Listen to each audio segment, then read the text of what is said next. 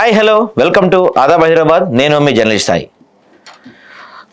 నిన్న సుప్రీంకోర్టు చాలా కీలకమైన వ్యాఖ్యలు చేసింది. బహుశా దేశ చరిత్రలో ఇంతవరకు అలాంటి వ్యాఖ్యలు చేయలేదేమో. ఎందుకంటే ఒక స్పీకర్ని, ఒక అసెంబ్లీ స్పీకర్ని సుప్రీంకోర్టు చీఫ్ జస్టిస్ వారు మీరు న్యూ ఇయర్ వేడుకలు ఎక్కడ జరుపుకోవాలో డిసైడ్ చేసుకోండి అంటే దాదాపుగా డైరెక్ట్గా చెప్పకపోయినా ఇండైరెక్ట్గా ఏంటంటే ఏదో ఒక డెసిషన్ తీసుకోకపోతే అంటే అయితే వాళ్ళపైన అనర్హత వెయిట్ వేయండి, లేకపోతే వీళ్ళకి ఎవరైతే బీఆర్ఎస్ వాళ్ళు పెట్టో అది కొట్టేయండి, అంతేగాని డెసిషన్ తీసుకుని అలా పెండింగ్ ఉంచితే మాత్రం మీ పైన కోర్టు ధిక్కరణ తీసుకోవాల్సి ఉంటుంది అని చెప్పారు. ఇది దేశ చరిత్రలో బహుశా ఫస్ట్ టైం అనుకుంటా. ఈ అంశం గురించి మనతో మాట్లాడటానికి రాజకీయ విశ్లేషకులు కమల్ ప్రసాద్ గారు ఉన్నారు. సార్ నమస్తే. సార్ నమస్తే సాయి.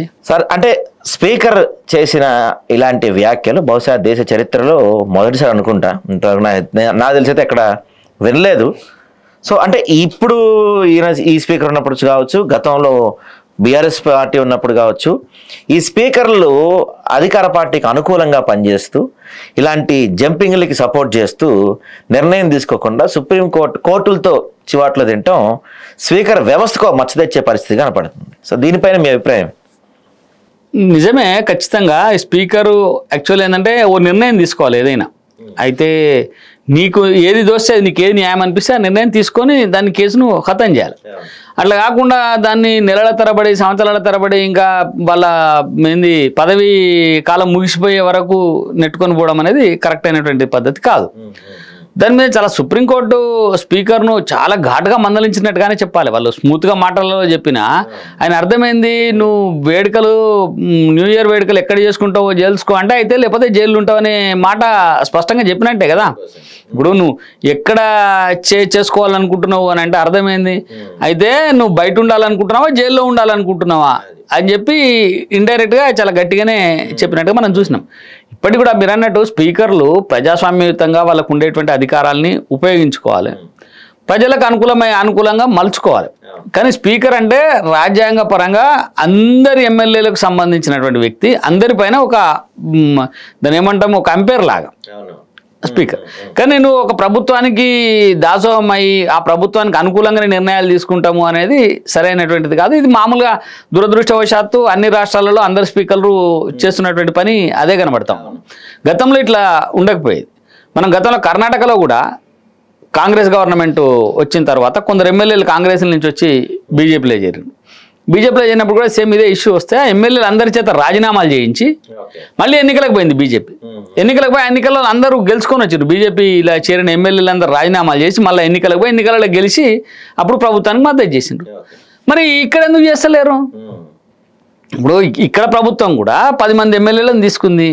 10 మంది ఎమ్మెల్యేల చేత రాజీనామా చేయించు, 10 మంది ఎమ్మెల్యేల చేత రాజీనామా చేయించి ఎన్నికలకు పోయి వాళ్ళని గెలిపించుకో. మళ్ళా నీకు ప్రభుత్వానికి అంత ప్రజల మీద విశ్వాసం ఉండి ప్రజలు మాకే ఓట్లేస్తారనేటువంటి గ్యారంటీ ఉన్నప్పుడు ఆ పని చేయొచ్చు.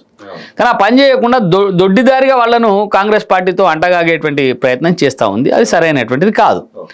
తర్వాత దాన్ని స్పీకర్ సమర్థించకూడదు. స్పీకర్ ఏం చేయాలి? లేదు ఒకవేళ సమర్థిస్తున్నాం అంటే వీళ్ళందరూ కాంగ్రెస్ వాళ్ళని ఇయ్యి, లేకపోతే వాళ్ళు ఇచ్చినటువంటి పిటిషన్ ప్రకారం వీళ్ళు కాంగ్రెస్లో చేరలేదు, వీళ్ళు బీఆర్ఎస్లో ఉన్నారని చెప్పి ప్రకటన చేయి. అది కాకుండా ఇది కాకుండా ఏది కాకుండా నువ్వు పెట్టుకొని కూర్చోవడానికి కారణం ఏంటంటే స్పీకర్ ఇచ్చేటువంటి నిర్ణయం మీద రేపు మళ్ళీ వీళ్ళు కోర్టుకు పోయేటువంటి అవకాశం ఉంటుంది. కాబట్టి కోర్టుకు పోతారు. కాబట్టి వాళ్ళు కోర్టుకు పోకుండా ప్రతిపక్షాలకు ఎలాంటి అవకాశం ఇవ్వకుండా స్పీకర్ ప్రభుత్వానికి అనుకూలంగా చేసేటువంటి ప్రయత్నం చేస్తామని ఇది సరైనది కాదని చెప్పి సుప్రీంకోర్టు చాలా ఘాటుగా చెప్పింది. కాబట్టి నేను ఏమనుకుంటున్నా అంటే స్పీకర్ ఈ నెలలో 4 వారాలు గడువు ఇచ్చింది. ఈ 4 వారాల లోపే స్పీకర్ తన నిర్ణయాన్ని ప్రకటించాల్సి ఉంటుంది. లేకపోతే సుప్రీంకోర్టు చెప్పినట్టు విధంగా కోర్టు ధిక్కారపు కేసును ఈయన ఎదుర్కొనేటువంటి అవకాశం ఉంటుంది ఖచ్చితంగా. అయితే సార్, గతంలో చూసుకుంటే అంటే గత 10 ఏళ్ల పీరియడ్లో బీఆర్ఎస్ పీరియడ్లో దాదాపుగా 34 మంది, ఎంతమంది 2 సంవత్సరాలు కలిపి 34 సబ్జెక్టు కరెక్షన్ నెంబర్ అటు ఉండొచ్చేమో అంతమందిని వాళ్ళు తీసుకున్నారు బీఆర్ఎస్ వాళ్ళు. మరి అప్పుడు కాంగ్రెస్ వాళ్ళు కోర్టులకు వెళ్ళటంలో ఫెయిల్ అయ్యారా? ఎందుకంటే ఇప్పుడు సుప్రీంకోర్టు ఇలాంటి ఘాటైన వ్యాఖ్యలు ఇప్పుడు చేసింది, కానీ గత 10 ఏళ్లలో అలాంటి సందర్భం కనపడలే. అంటే దీన్ని ప్రూవ్ చేయడంలో, వాదనలు వినిపించడంలో కాంగ్రెస్ పార్టీ అప్పుడు ఫెయిల్ అయిందా? ఇప్పుడు బీఆర్ఎస్ సక్సెస్ అయిందా దాంట్లో? 100%. అప్పుడు కాంగ్రెస్ పార్టీ అసలు దాన్ని పెద్ద పరిగణలోకే తీసుకోలే. ఓకే.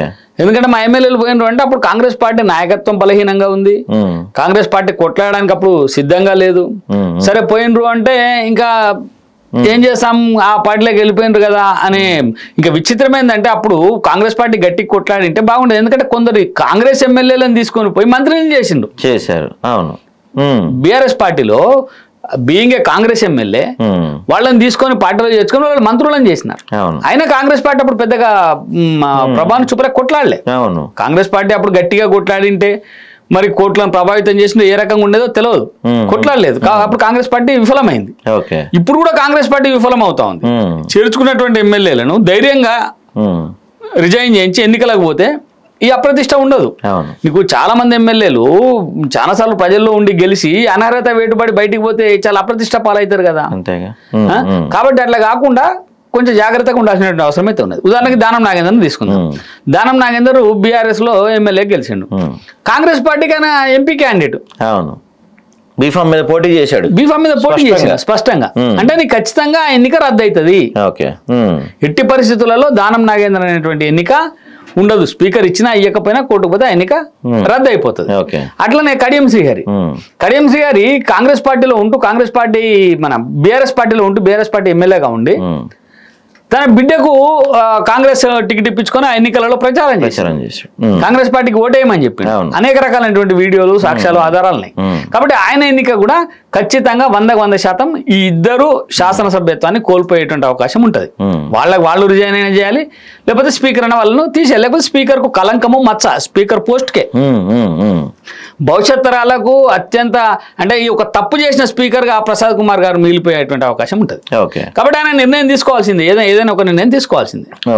ఇంకోటి, ఇప్పుడు మిగిలిన ఎమ్మెల్యేలు ఎవరైతే ఉన్నారో కొందరు వాళ్ళ స్టేట్మెంట్స్ ఇచ్చిండ్రు, మేము పోలేదు, మేము బీఆర్ఎస్ ఉన్నాం, మేము బీఆర్ఎస్ కు ఏంది మన నెల కొంత డబ్బు ఇవ్వాల్సి ఉంటుంది. ఆ ఎమ్మెల్యే గెలిచిన వాళ్ళు పార్టీ ఫండ్ లేకపోతే అవి మేము మా దాంట్లో నుంచి బీఆర్ఎస్ కే కట్ అయిపోతుంది, మేము ఏదో పనుల కోసం ముఖ్యమంత్రి గారిని కలిసినాము, ఇట్లాంటి మాటలు కొన్ని చెప్పిండ్రు. చెప్పినా వాళ్ళ మీద బీఆర్ఎస్ పార్టీ స్పష్టమైనటువంటి ఆధారాలని చూపించింది. వీళ్ళు కాంగ్రెస్ లో పోయినరు, కాంగ్రెస్ తో ఉన్నారు అని చెప్పి చూపించింది.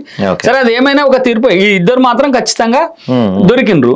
మిగతా వాళ్ళ తీర్పు స్పీకర్ నిర్ణయం పైన, కోర్టు నిర్ణయం పైన ఆధారపడి ఉంటది. కాబట్టి స్పీకరు వాళ్ళందరి వివరణలు తీసుకున్నారు కాబట్టి ఏదో ఒక నిర్ణయాన్ని ఆయన స్పష్టంగా చెప్పాలి. చెప్పకపోతే మొత్తం అంటే ఈ స్పీకర్ల చరిత్రలనే అత్యంత అప్రతిష్టను మూటగట్టుకున్న స్పీకర్ గా ఆయన మిగిలిపోయేటువంటి అవకాశం ఉంటుంది. భవిష్యత్తులో కూడా ఆయనకు మంచిది కాదు అట్లా మూట కట్టుకుంటే. ఎందుకంటే ఒకవేళ కోర్టుకు కూడా డైరెక్ట్ గా అంటే స్పీకర్ ఏ నిర్ణయం తీసుకోకుండా ఏదైనా డిలే చేస్తే డైరెక్ట్ గా వాళ్ళపైన వేటేసారా ఇది కోర్టుకు, సుప్రీం కోర్టుకు ఉంటుందా? అంటే ఈ స్పీకర్ మీద నిర్ణయం తీసుకోకపోతే చెప్పింది కదా సుప్రీంకోర్టు, నువ్వు ఉంటావా జైలుకు పోతావా అనే రకంగానే మాట్లాడింది కదా. అంటే కోర్టుకు ఉంటుంది అన్నట్టే కదా. ఇప్పుడు ఈ పరిస్థితుల్లో ఏం జరుగుతుందంటే బహుశా ఈ 4 రోజుల్లోపు 24 తారీఖు అనుకుంటా బహుశా ఆయన చీఫ్ జస్టిస్ గారు మారుతున్నారు. గవాయ్ గారి పదవీ కాలం అయిపోయింది, కొత్తగా ఇంకొక చీఫ్ జస్టిస్ గారు వస్తున్నారు. సో ఈ ప్రాసెస్ లో ఈ కేసు ఏమన్నా మళ్ళీ వెనక్కి వెళ్ళే అవకాశం ఉంటుందా? అంటే వెనక్కి ఏమి వెళ్ళే అవకాశం ఏముండదు. ఎందుకంటే 7 వారాల టైం ఇచ్చి 7 వారాల తర్వాత 4 వారాల టైం ఇచ్చి 4 వారాల తర్వాత కేసును మళ్ళీ పరిశీలిస్తామన్నారు. కాబట్టి ఖచ్చితంగా బెంచ్ మీదకి వస్తుంది. అక్కడ చీఫ్ జస్టిస్ ఎవరు ఉంటారు అనేది ప్రధానం కాదు, కోర్టులో బెంచ్ మీదకి ఆ కేసు వస్తుంది కాబట్టి ఖచ్చితంగా విచారణ జరుగుతుంది. కాకపోతే కొంత అటు ఇటుగా ఏమన్నా అయితే డిలే అయితే అవుతుండొచ్చు, కానీ కేసు విచారణకు రావడం మాత్రం ఖాయం అక్కడ. అయితే ఫైనల్ గా సార్, ఒకవేళ సుప్రీంకోర్టు నుంచి, ఎందుకంటే ఇప్పుడు ప్రస్తుత పరిస్థితుల్లో చూసుకుంటే వాళ్ళపైన వేటు పడితే బై ఎలక్షన్కి వెళ్ళే దమ్ము వాళ్ళ లెవెల్లో కనపడతల్లా. అంటే పరిస్థితులు అట్లా ఉన్నాయి. జూబ్లీ హిల్స్ వేరనుకోండి, అక్కడ ఏదో నవీన్ యాదవ్ ఇమేజ్ మీద రకరకాల వల్ల గెలిచింది. కానీ రాష్ట్రం మొత్తం 10 చోట్ల బై ఎలక్షన్స్కి వెళ్ళే పరిస్థితి ఆ ఎమ్మెల్యేలకి లేదు, కాంగ్రెస్ పార్టీకి లేదు. సో అంటే వాళ్ళ ముందు ఏం ఆప్షన్ ఉంది? దీన్ని తప్పించుకోవడానికి ఏం ఛాన్స్ లేదా వాళ్ళకి? అంటే నాకు ఉండే అవగాహన మేరకు ఈ ఇద్దరు ఎమ్మెల్యేలదే క్రిటికల్ గా ఉంటది. ఎవరిది? దానం నాగేంద్ర. మిగతా వాళ్ళందరూ మేము పార్టీకి అనుకూలంగానే ఉన్నాము, మేము కాంగ్రెస్ లో చేరలేదు అని చెప్పి అఫిడవిట్లు ఇస్తున్నారు, మాట్లాడుతున్నారు. కాబట్టి వాళ్ళ మీద వేటు పడేటువంటి అవకాశం తక్కువ ఉంటది. ఇటు బీఆర్ఎస్ మా ఎమ్మెల్యేలు అని చెప్పి ప్రకటన చేస్తున్నది, కాంగ్రెస్ పార్టీ మా ఎమ్మెల్యేలు అని చెప్తలేదు ఇప్పటిదాకా. వాళ్ళు ఆల్రెడీ కొన్ని అఫిడవిట్లు ఇచ్చిండ్రు, మాకు సంబంధం లేదు, మేము వాటి కోసం పోయినాం కాబట్టి కొంత డిలే కావచ్చు. పెద్దగా వాటి మీద అంటే వాళ్ళు మేము బీఆర్ఎస్ ఎమ్మెల్యేలు, మేము కాంగ్రెస్ లో చేరలేదు అనేది స్పీకర్ నమ్మితే వీళ్ళు స్పీకర్ ఆ ప్రకటన చేయొచ్చు. వీళ్ళు బీఆర్ఎస్ పార్టీలోనే ఉన్నారు కాబట్టి, వీళ్ళు కాంగ్రెస్ పార్టీలో చేరలేదు కాబట్టి ఈ అభియోగాలను నేను తోసిపుచ్చుతున్నాను ఏదో ఒకటి ప్రకటన చేయొచ్చు. కానీ ఇద్దరిది మాత్రం గ్యారంటీగా మనకు స్పష్టంగా అర్థమవుతుంది ఇద్దరిని స్పీకర్ రక్షించలేడు. ఓకే, అంటే ఇది టూ ఇయర్లీ ఇప్పుడు ఈ క్వశ్చన్ అడగటం. బట్ ఒకవేళ మీ అంచనా ప్రకారం కడియం శ్రీహరి కానీ దానం నాగేందర్ కానీ బై ఎలక్షన్స్కి వెళితే అసలు కాంగ్రెస్ పార్టీ వాళ్ళకి టికెట్ ఇస్తుందా? ఇస్తే వాళ్ళు గెలిచే పరిస్థితి ఉందంటారా?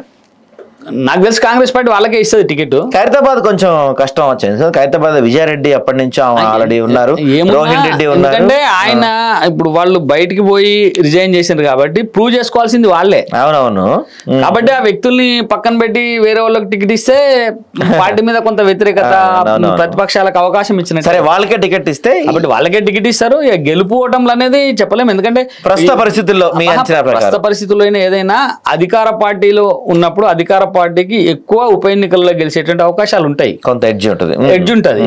కాకపోతే ఆ ఎన్నికలు వచ్చి ఏం జరుగుతుంది, అప్పుడు పరిణామాలు ఎట్లుంటాయి అనేది ఇప్పుడే చెప్పడం కష్టం.